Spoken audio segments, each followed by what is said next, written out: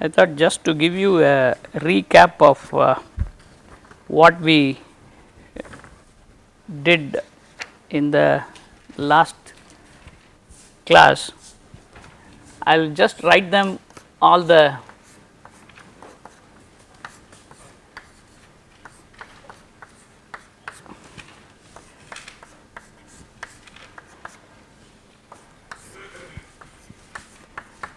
quantities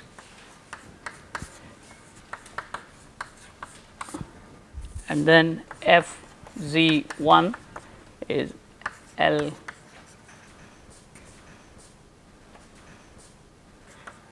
okay. These are our basic quantities and we know tan phi is up over ut and we had the expressions for lift, drag, everything. So, which one? Oh, D. Yeah, sorry. Okay. Now, you can add radial drag to this term. That means that is because of the flow along the span of the blade, but that is purely an approximation. Okay. That approximation is given by, I will just give you, but we will neglect that term in this rest of the formulation. I will write it d radial. This is drag due to like a skewed flow past the aerofoil actually along the blade. Okay. This is written just approximately, it is taken as u radial over total resultant flow into drag on the blade. Okay. Drag on the blade, you know that d is given by half rho u square c c d, and this is just some fraction of the component, that is all. Okay.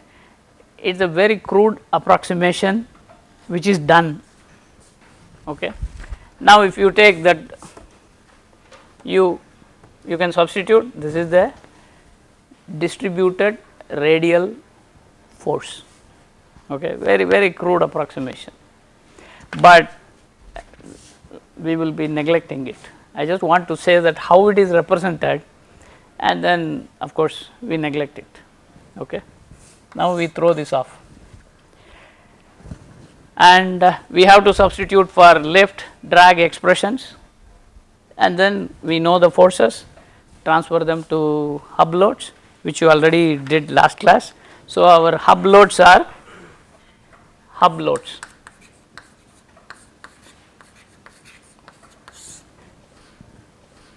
But only you have to integrate, but before that I am just giving the fx is fx1 cosine psi minus fy1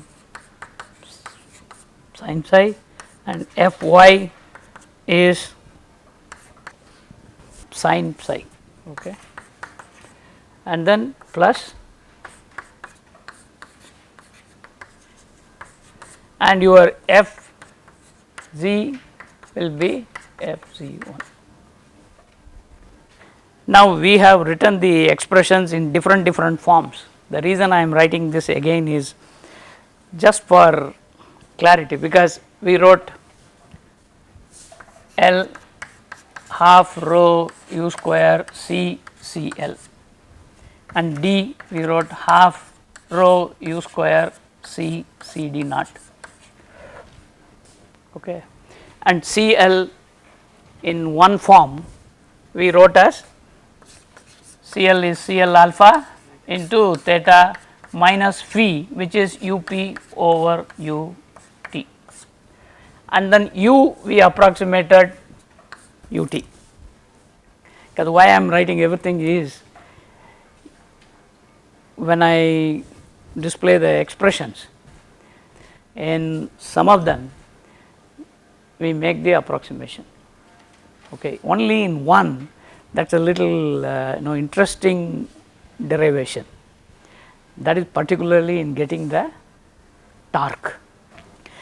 Now, these are distributed forces, you have to integrate over the blade and then sum it up over all the blades at a particular time, then you are doing the mean value. But this is only forces, these forces are acting on the typical section which we have converted into hub loads, but when you transfer them to the hub, they will also give hub moment. Okay.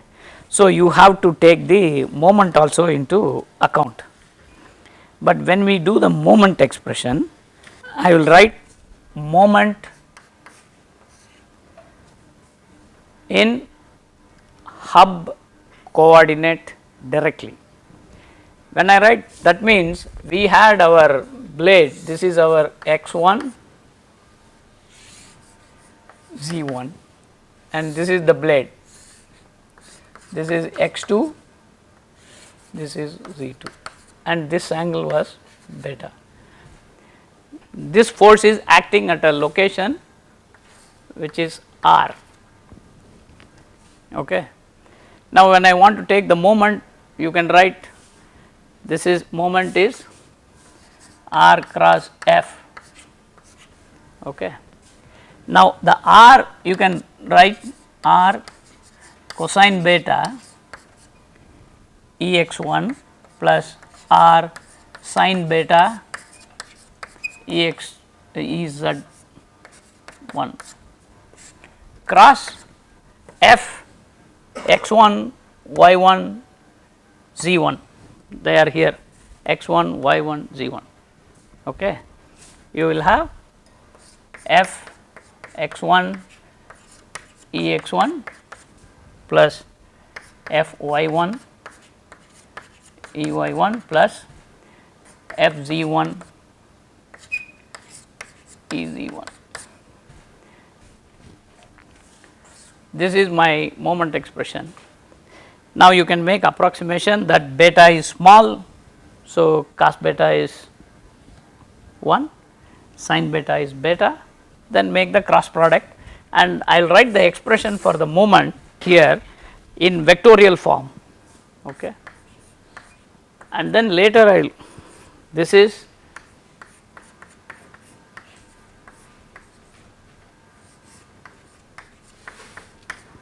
Ex1, okay, because you just have to take the cross product because y is 0. So, yz is 0 and this is r beta fy1, sorry fy1, okay, plus r beta fx1 minus r fz1. This is along E y 1 direction. Please understand, these are all in x1 y1 direction, still they are rotating, it is not actually the hub loads. Okay. It is still at the root of the blade. Then I have to convert and then plus you will have r f y1 E z1. These are my root moments. I may, maybe I will put a line here, this is root moment. Okay. Now, for simplicity, because later I will bring out, instead of writing in these two quantities, okay, I will replace them by another term, that we will come to that later, because when we model the blade, how we model the blade, that will come, that is only a moment along x y directions. Okay. Let us first take only Ez1. Ez1 because this is the drag force, okay, and this is my position. So, that is going to give a torque, and you know that Ez1 is same as Ez. Okay. So, my torque acting on the shaft is basically Rfy1, okay, and you can take this quantity, calculate torque at the hub due to all the blades, because all the blades will sum it up. There is no cosine psi sin psi because all of them are in the only in the z direction. Okay. Now, using this we will I will represent the all the quantities because there is only algebra now. I do not want to again spend time on algebra. So, if you have any questions you can ask me, because if this is clear, we got the sectional load and transfer to the hub, and then we also got the hub moment. Now, we are going to get the all the hub loads, but non-dimensionalized rho pi r square omega r square for forces, moment is rho pi r square omega r square into r. This is the moment, non-dimensional. Okay. Now, I have to write thrust is Fz, okay, and when I am using the hub, I always call this load as thrust, okay, and Fy, this is my side force, okay, and this I call it H, which is the longitudinal force. This is the sign symbol convention we use, HYT, okay. That means H is Fx, which is this, but please remember this H is towards the tail acting on the hub, because you remember the coordinate system x1, x is, you know that this is a rotor disc. So, your x is this and this is y and z is up, and here is your tail, okay. H is the longitudinal force, this is lateral force, this is the thrust. But please remember all of them are acting at the hub in the hub coordinate system, hub fixed coordinate system. T is perpendicular to the hub, H and Y are in the plane of the hub. If you tilt the hub, it is still T is in this direction, okay. That is why you have to follow very systematically the coordinate system, and finally, you define these are my forces.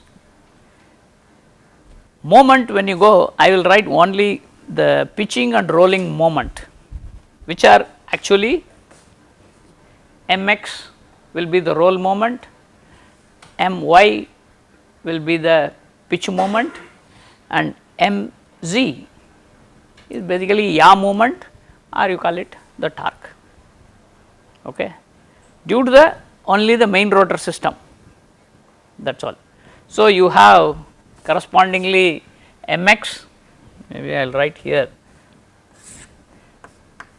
mx, my and mz, sometimes this is written as q, capital Q also, this is also used, okay. So, this is the roll moment, pitch moment, torque acting at the hub center, okay. But please remember, this is one section. When I want to get these loads, you have to integrate along the blade, you have to add all the blades, okay, and then take the mean value. So, the entire thing is done before you write these 6 expressions. of the 6, right now I will show only 4, these 2 I will keep it pending, because one way is you can do this way, another way is there is an easier way. Okay. These are elements. When you get this, you have to integrate everything, integrate along the blade, add all the blades, and finally write that as an expression. That is why I use the word correspondingly, means this side I should not put a equality, this basically you can take it like this, they lead to these quantities. Okay. Now imagine I have to first get these expressions, which I get it from here, okay, and then I will substitute for L and D, then I put them here, then I will do integral over the span of one blade, then put summation. Is it right? So, all these steps I just mentioned in words, because this you have to do by algebra. Okay. This is where the time, number 1, number 2, people may make mistakes, because usually because it is a very it is not very long, but still it is reasonably long to make mistakes. Okay. So, what I will show you is, I do not want to go through this derivation, I am only giving words, because if you have a, these days you can do in computation, no problem, just to take L and D, substitute that every section, then put it here, integrate, then use an integration scheme and then get it. But what is done is, to get a closed form expression, please understand, closed form, that is only number. Okay. Here I will provide a closed form expression, and that expression you are actually doing simplifications. Okay. The simplification is, I neglect in writing Fg, I throw away the drag term, okay, and I will take only L, cosine phi, phi is small, I will say Fg is L. You follow? These are the assumptions I make in trying to get a closed form expression. Now, I will show those closed form expressions. So, I have non-dimensionalized the quantities, Ct is thrust divided by rho pi r square omega r square. You can see here n is the number of blades. I am assuming that all the blades are doing the same motion, etc., etc. So, thrust is a function of azimuth, that is what I told you earlier. Similarly, when you go to lateral, that is the in plane force, Fy1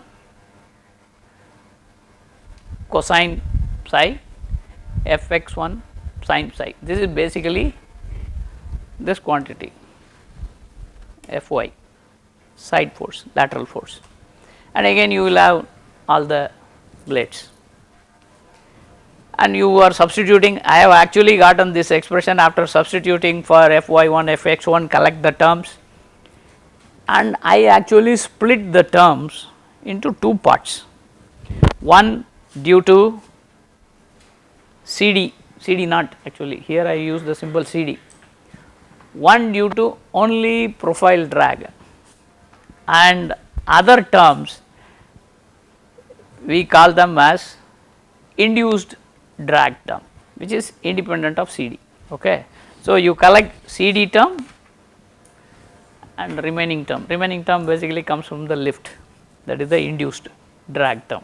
Same way, I am representing my longitudinal force here again, Fx1 cosine psi minus Fy1 sin psi. I again substitute all the expressions, get it, derive. This also I split it into CD naught and then remaining terms. Okay. Now, you see here there is a theta, beta, all the beta dot, and you have to substitute for, I told you earlier, assume that theta is theta naught 1 c cosine psi plus 1s sin psi, and beta is beta naught plus 1c cosine psi plus beta 1s sin psi. So, these are, I have not substituted yet, I will be doing it later, okay, just to give you a glimpse of how they look. And here the torque, okay, I put a minus sign here because this is basically just to make it plus, that is all, there is nothing else. Because if the rotor blade is rotating in the counterclockwise direction, the drag force is actually, you know that the drag force is minus y1 direction. So, minus y1 direction in this is the blade. So, this is my y1. So, minus y1 is this, that means my drag force is like this. If I take a cross product, my torque is clockwise, okay, but to get a positive, just to get a positive number, that is all I put a minus sign. So, that clockwise moment is negative, but put one more minus sign, I will get everything positive, okay. That is how I get the torque. Now, you see these are my expressions, but once I get torque coefficient, I know torque coefficient is power coefficient. So, Cp equals Cq. So, directly for, but I have not taken the tail rotor, please understand, this is the main rotor power, main rotor torque. Now, since these are all functions of time, I have integrated, substituted that theta naught 1c 1s, because please remember all these loads, I call it loads, they vary every instant. It is not that they are fixed, your thrust force is varying, side force is varying, longitudinal, torque, moment, all these quantities every instant they are changing, okay. That means what is my thrust value? You have to take only mean value. What is my longitudinal force? Mean value of the longitudinal force, okay. So, that is why when we get these loads, we take average values. So, the average how it is done is, you have summed up over all the blades, but then you integrate in one revolution how the loads change, take the mean value, and the mean value is same for all the blades. So, you just multiply by number of blades. So, that is what is done in getting the loads. So, please understand there are several steps before you arrive at these expressions, okay. So, it is not very simplistic like what we have done in hover, it is much more involved, okay. But you made assumptions that you know these quantities, even though you do not know the number, you say, well, I know that, I assume that. Similarly, beta naught 1c 1s, you have assumed, well, this is how my flap is going to be, but please note, I have neglected all the higher harmonics. If you include that, they will also come and sit here, but then these expressions will be very long, okay. Numerically you can do, that is why this becomes algebraically cumbersome, really cumbersome. And just to give an idea of, okay, what is the minimum one can get a equation which you can have a look at it, that is this. With all these assumptions, this is made, and you make small angle assumption, neglect the phi also you make small, and you get Ct, and twist is added, you can add a twist also, plus theta twist r over r, okay. So, this is my thrust, mean value of the thrust, please understand, okay. And then this is my in plane force coefficient in the longitudinal direction, Ch. If you look at here, sigma A is lift curve slope, sigma contains the number of blades, that is a Locke number. You will see lambda, mu, theta naught, beta 1c, and then you will have beta 1s and 1c square, beta naught square, so many other terms, and then there is one term with the CD naught, which is the profile drag term. So, one term with profile drag, rest of the other due to induced drag, that is all. So, you will have all these terms and they are all small values, but finally you have to use them. And now similarly I have written the in plane this long, okay, and you can write the torque. Now I see this is just for, you can't make out anything from here, I am telling you. Here only I am telling you, okay, what was done. If you look at any book, if they have written all these things, that means, oh, where do they come from, that is all, because from here you just cannot make out anything, because it is all some mu beta naught multiply, whether plus sign is there, minus sign is there, if there is an error, sorry, you can't make out. Okay.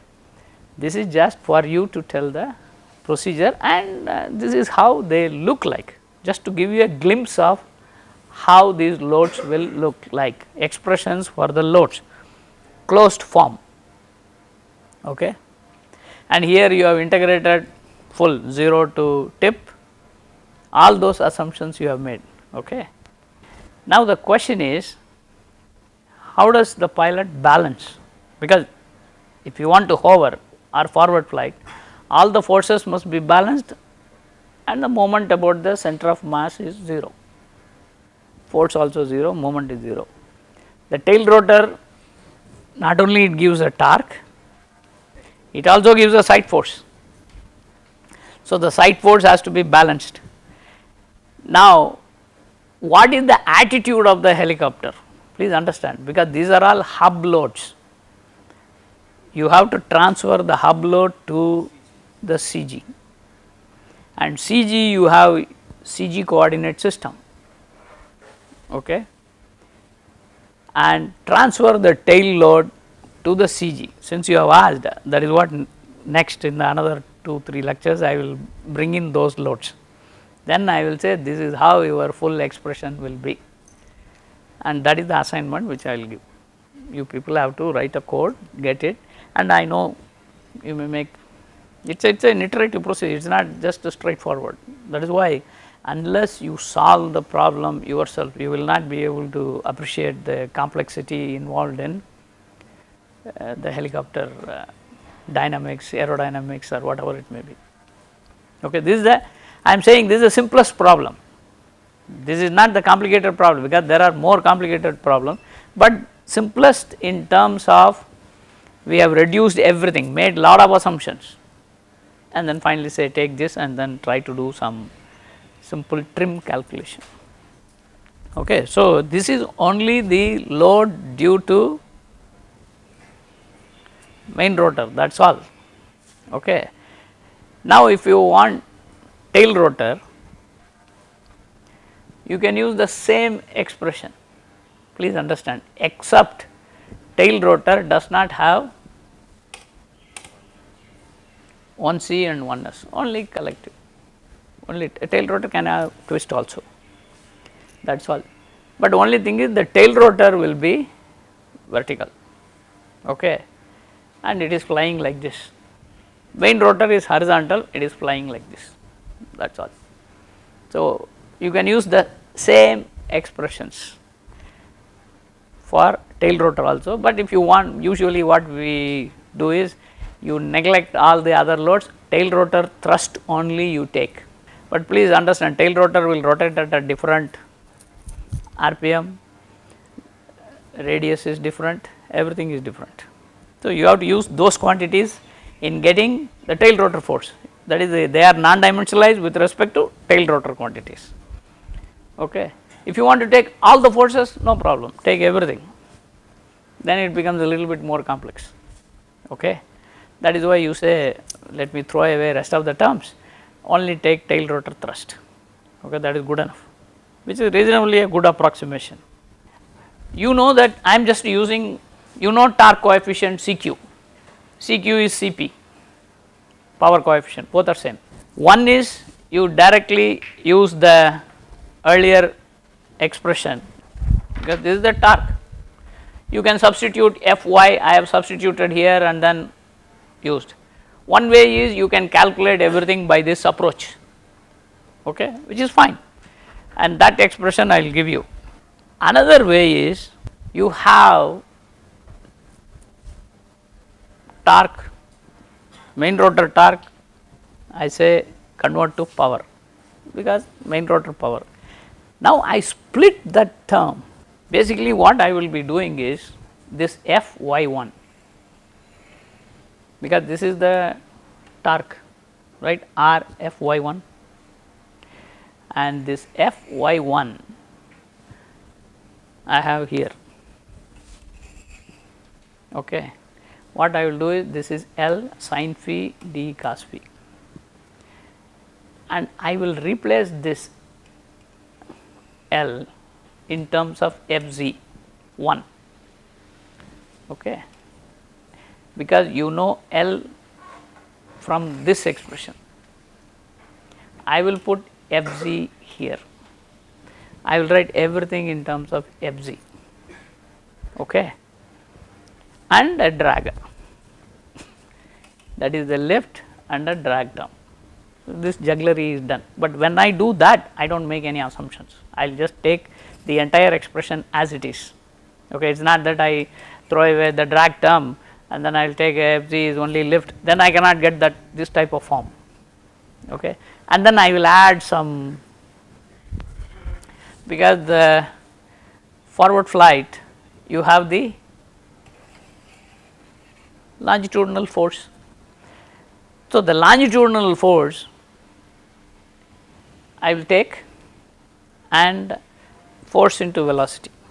I will take velocity is forward, right, okay. That is again another term. So, that is what I will do, mu into Ch, okay. Mu into Ch is again a power term, okay, and I will subtract the same mu into Ch. This I will do because if time permits I can start today, but it will not be done within one short lecture, okay. It takes time because a lot of back and forth substitution, and then you will find a very beautiful expression. Some of the terms will drop out, some will combine to give you essentially, because then there is, you have to take the flight condition. You make a lot of approximation there also. That is why I said to come to this form is a little tricky, really tricky. You can't, if I give you derive it, you will not be able to derive it, I am telling you, okay, unless you understand all this. The power is split into 4 sub components of the main rotor only. One of them we call it CPI, which is induced power. Induced power is basically you want to lift the helicopter, it supports the weight of the helicopter. Then you have climb, that is the climb power. Then you call it parasite drag, because you are dragging the helicopter. So, the helicopter will have its own drag force, right, and that drag force a power is required, and that is what is called the parasite power. And the last expression is profile. This is purely CD naught, please understand. So, CD naught is profile drag of the blade, sectional drag, but this is drag of the fuselage which you are taking. So, you have split the power into 4 sub components, and each sub component you have a very nice expression, okay. That expression is what is very interesting, that is given here. Cp, of course, I put an approximation symbol, because if you remember we had seen the inflow curve, okay, in forward flight. I will just briefly draw, I will put it lambda I and mu, okay. It was coming down,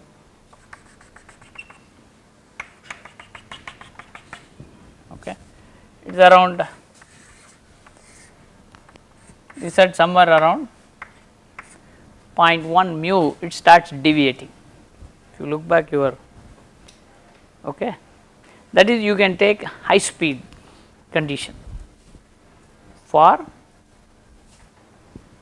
mu greater than 0.1.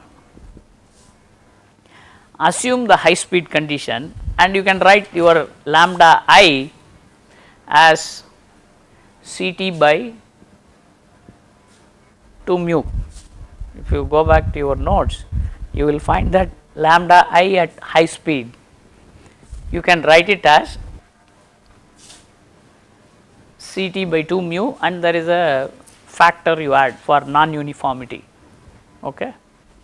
Then your power, induced power, is some non-dimensional correction factor Ct square over 2 mu. Okay. But you can't use it when mu is 0, please understand, this is for mu at least more than 0.1. Then you will have profile drag sigma Cd over 8 1 plus I have put 4.6 mu square, that is again some reverse flow etc. If you include 4.6, otherwise it will become 3, when we derive it will become 3, 1 plus 3 mu square, that is sigma Cd, Cd is the drag or Cd naught, you can take it, and then there is another term 1 over 2 mu cube F over A. Okay. A is the area of the rotor disc, F is fuselage frontal area. Okay. So, that is normally get obtained from wind tunnel, frontal area given in terms of drag, and this is mu cube. Okay. And then of course, you have a climb lambda C Ct climb. So, you see this forward flight power required, tail rotor power is separate, which you have to add, that is all. So, this is a very neat expression for power, and this curve if you plot, because you know that this is a thrust square, anyway Ct is fixed. So, you see as you increase your forward speed, this term will actually come down. Okay. Now, you see if you look at the power graph, this is the rotor power, this is forward speed, induced power will go like this, this is induced, because induced will keep on decreasing with forward speed, because with mu I am taking starting from hover, even though it is not valid. Okay. That expression is not valid at hover, I am taking induced power decreases. But if you look at the profile power, this is mu square, but please understand mu, all of them are in the range of maximum 0.5, do not take it 1, 2, 3, 4, 5, please understand, they are all, mu is in a very narrow range, 0.5 is very large, actually 0.35, 0.4, that is it. Okay. That is why do not try to put 1, 2, 3, 4, 5 like that, you take it 0.1, 0.2, 0.3, 0.4 bus. Then your Cd curve may go like this, okay, maybe profile drag may go, because it is increasing with mu slightly, but in the square. But if you look at this term, parasite drag, that is mu cube, this will start like a cubic. So, this is induced, maybe I will write it here separately, this is induced, this is profile, this is parasite, climb you do not bother about that. Okay. Now, if you add all of them, I think I should take it like this. Okay. If you add all of them, the curve will look like this. Okay. It will go something like this. Maybe I should put the dip a little down, okay, because you have to add everything. This is the rotor power in forward flight. So, this is the parasite profile induced. Now, you add all of them, they will go like this. Okay. So, this is my power curve. Let us take using, we will just describe a few of the power curve. That means, you see, you fly at low power somewhere here, power required to fly the helicopter is minimum at some forward speed, but however it requires more power. Okay. And as you go to forward speed, the power actually decreases, that is because this power decreases, induced power decreases drastically, but the increase of profile power is not too much. This will start picking up only after some speed, the parasite power. So, you have a minimum power at some particular flight, usually it is in the range of, this may be somewhere around 0.15, 15 something like that, around 0.15, 0.1 to 0.2, it will be around that, sometime 0.11, 0.12, it is in that zone, minimum power for flight. Okay. And then for climb, please understand what is the power available on the helicopter, that you may draw some line. This is P available, okay, at any time, assuming it is sea level, but as you go high altitude, power available will come down. Okay. Power required because of induced flow is more, power required will go up. Okay. Here you will have this much excess power for climb. If you go here, it is very less, but if you go to high speed, the power required to climb is less. Okay. Now, you see, when you want to do, let us go back to the auto rotation. You know, in auto rotation, you are descending. Okay. And basically, auto rotation, the power required by the rotor is supplied by the air in descending. Okay. That means, the descent kinetic energy is converted into rotor rotation kinetic energy. If the required power for the helicopter is less, then your descent velocity also will be less, because you do not have to descend much faster. So, if you auto rotate, you do not auto rotate in hover, you can do, but the descent velocity will be much larger, whereas if you auto rotate at the minimum power, the descent velocity also will be very, of course, he is moving forward, please understand, he will come forward, but he will auto rotate, but his descent velocity will be less. But when he comes near the ground, usually what he will do is he will increase the collective so that he goes up, it is like a braking, he will try to go up and then he will come. So, auto rotation descent will be minimum when the rotor power is required is minimum. Rotor power required is minimum somewhere around 0.1, it is around 0.15 to somewhere in that zone, mu advance ratio. But you see this power curve, this rises sharply, very sharply, you just cannot fly beyond that speed, because the power required will be tremendous, you will not be able to do it. Okay. So, you will find this curve will shoot up like this,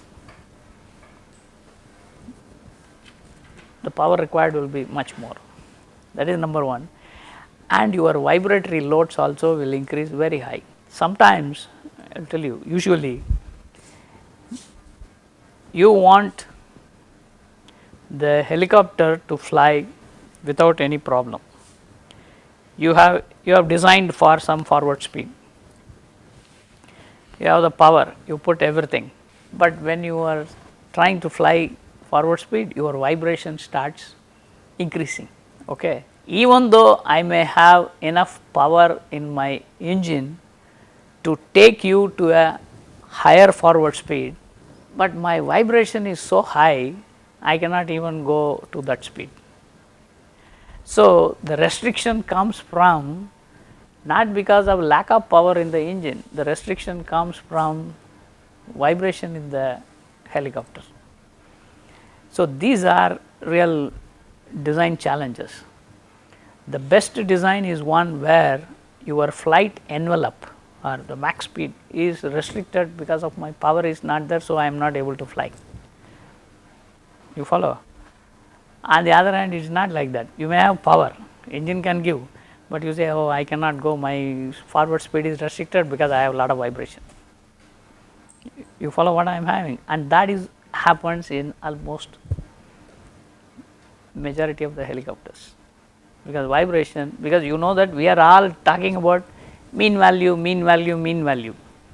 We have never mentioned anything about the vibratory loads, because we took an average, but the vibratory loads are the ones which contribute.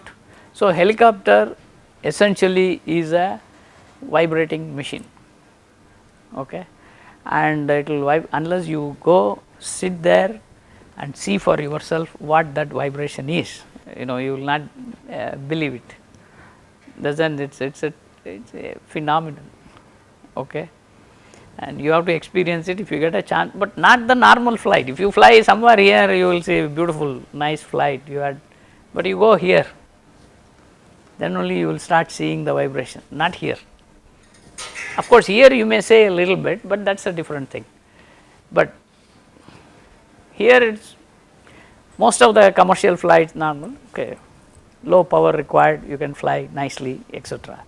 But when you want to go here, that is why in the military helicopter they have to sometimes go at a high speed. That time the power, the vibration will be phenomenal, okay. So, you will be restricted. Now, I will with this curve, I will give you one another interesting result which can be. So, we take this power versus curve, okay. What is the speed for max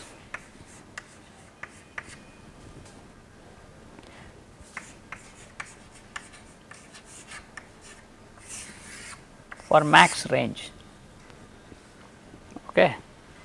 If you want to maximize the range, what speed should I fly, okay. That means, because the fuel consumption is related to power, right. So, how do we decide? Because if you fly high speed, you may say, well, I will go fast, but you may burn lot of fuel. So, you will not be left with fuel to go. So, what is the speed for max range? So, what you do is very simple, you take the function f, because power is a function of what? Power is a function of in this curve. What is the flight speed for max range?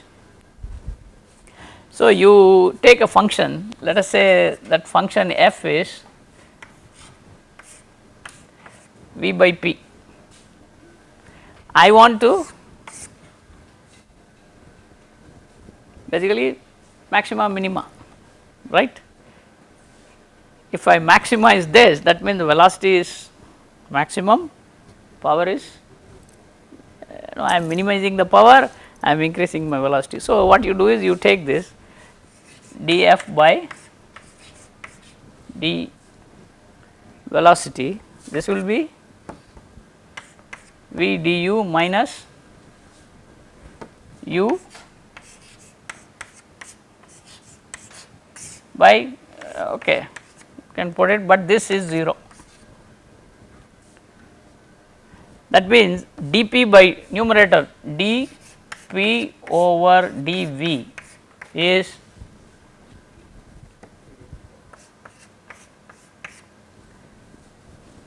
right, dp by dv is slope of this curve. Slope of the curve is basically p over v. So, you draw a line this point. Okay. If you fly at this speed, because this is what? This is P, this is V, P over V. P over V is slope of that. Okay.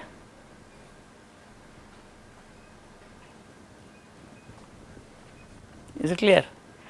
Now, you do not fly at minimum speed,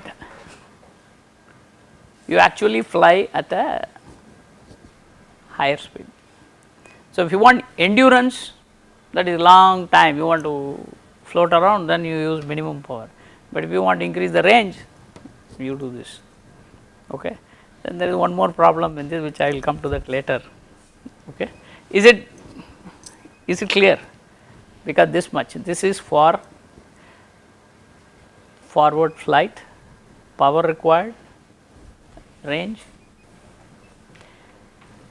and another one is a climb also. There is something related to climb. Okay. That I will ask you later. Now, there are few directions the course will proceed. Okay.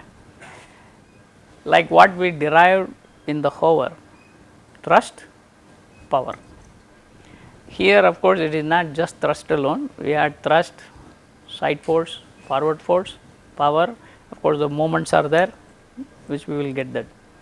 But in between we have used beta naught, beta 1c, beta 1, that means the flap motion of the blade. How are you going to get it? Okay. Because then you need to know the blade dynamics, how my rotor blade is going to respond,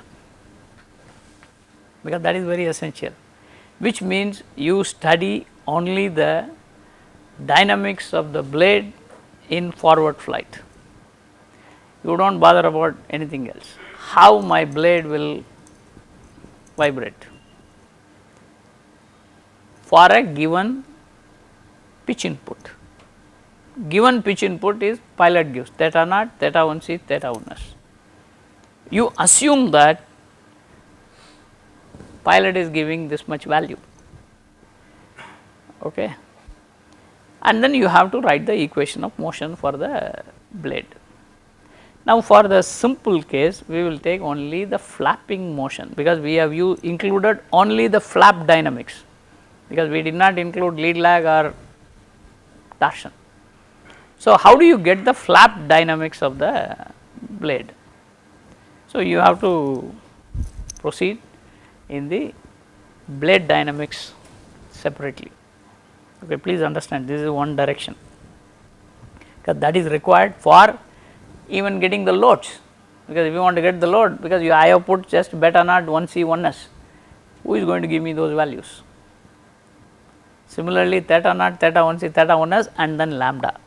All these quantities are only symbols now. How do we get those values? Okay, this is one aspect.